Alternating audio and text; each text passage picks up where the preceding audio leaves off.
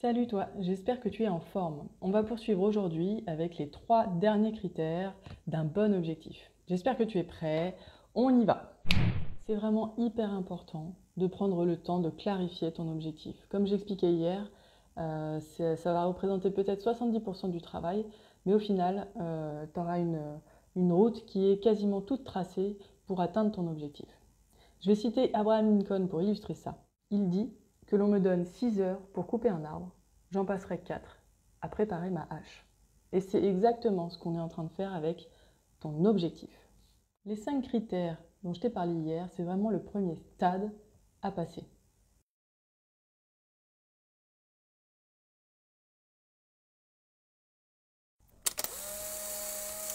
Et aujourd'hui, on va vraiment faire des liens avec les vidéos que je t'ai proposées sur certaines fonctionnalités du cerveau. 6e critère, mesurable. Ton objectif, c'est important que tu puisses le quantifier.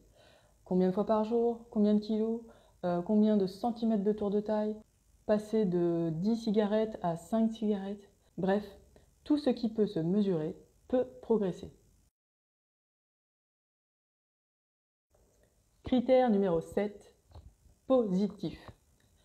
Ton objectif, c'est indispensable qu'il soit positif. On a vu plusieurs choses dans les fonctionnalités du cerveau, notamment que le cerveau ne fait pas la différence, entre guillemets, entre l'imaginaire et la réalité. Alors, quand tu dis « je veux perdre 3 kilos », il y a une partie de ton cerveau qui va entendre « perdre », qui va comprendre la perte. Personne n'aime perdre quelque chose. C'est inné.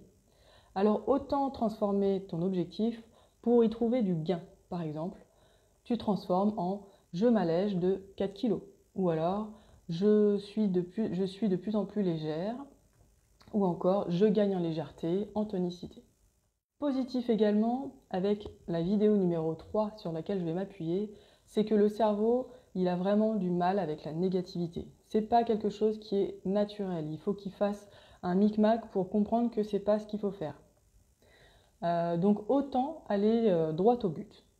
Si tu dis je ne veux plus fumer, alors il y a une partie de ton cerveau qui va entendre, en tout cas comprendre, je veux plus fumer. Et à chaque fois que tu dis fumer, ça te rappelle exactement ce sur quoi tu ne veux plus penser. C'est bien dommage. 8e et dernier critère, pouvoir. Il y a cette notion de pouvoir, de power. Ton objectif, il doit être en ton pouvoir, en ta responsabilité. Parce que si tu demandes quelque chose qui ne dépend pas de toi, il y a des contraintes qui te dépassent. Par exemple, si tu dis je veux gagner au loto, il y a quand même une part de hasard. Il y a quand même une part qui n'est pas du tout en ton pouvoir. Et donc, ça implique que tu n'as pas toutes les cartes en main.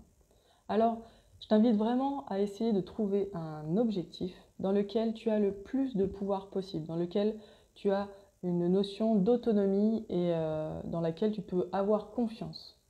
Maintenant que ton objectif est clair, tu n'as plus qu'à faire appel à ton SAR, système réticulé activateur, ton Google interne qui va faire le travail pour toi. Vidéo numéro 10. Si tu n'as pas vu les vidéos, dis ça, dis rien. On a donc vu les 3 derniers critères, mesurable, positif et pouvoir, ou power. Avec tout ça, je vais t'offrir un petit bonus, un moyen mémotechnique pour t'en souvenir. Alors j'espère que tu es prêt, parce que là, ça va envoyer du lourd.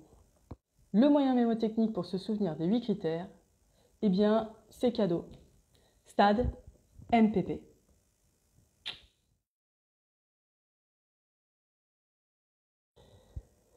Stade MPP, ouais, là, je vois pas là. Stade MPP,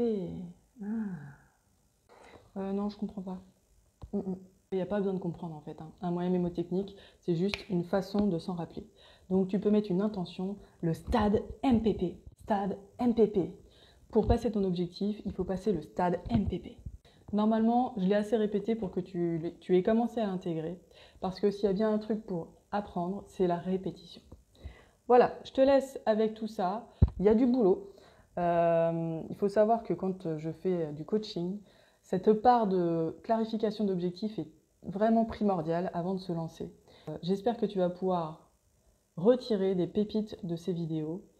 N'hésite pas à partager avec moi tes objectifs en message privé ou en commentaire. Et puis, je poserai peut-être des petites questions pour peaufiner jusqu'à ce que ça soit nickel. Je te souhaite une super journée et je te dis à demain.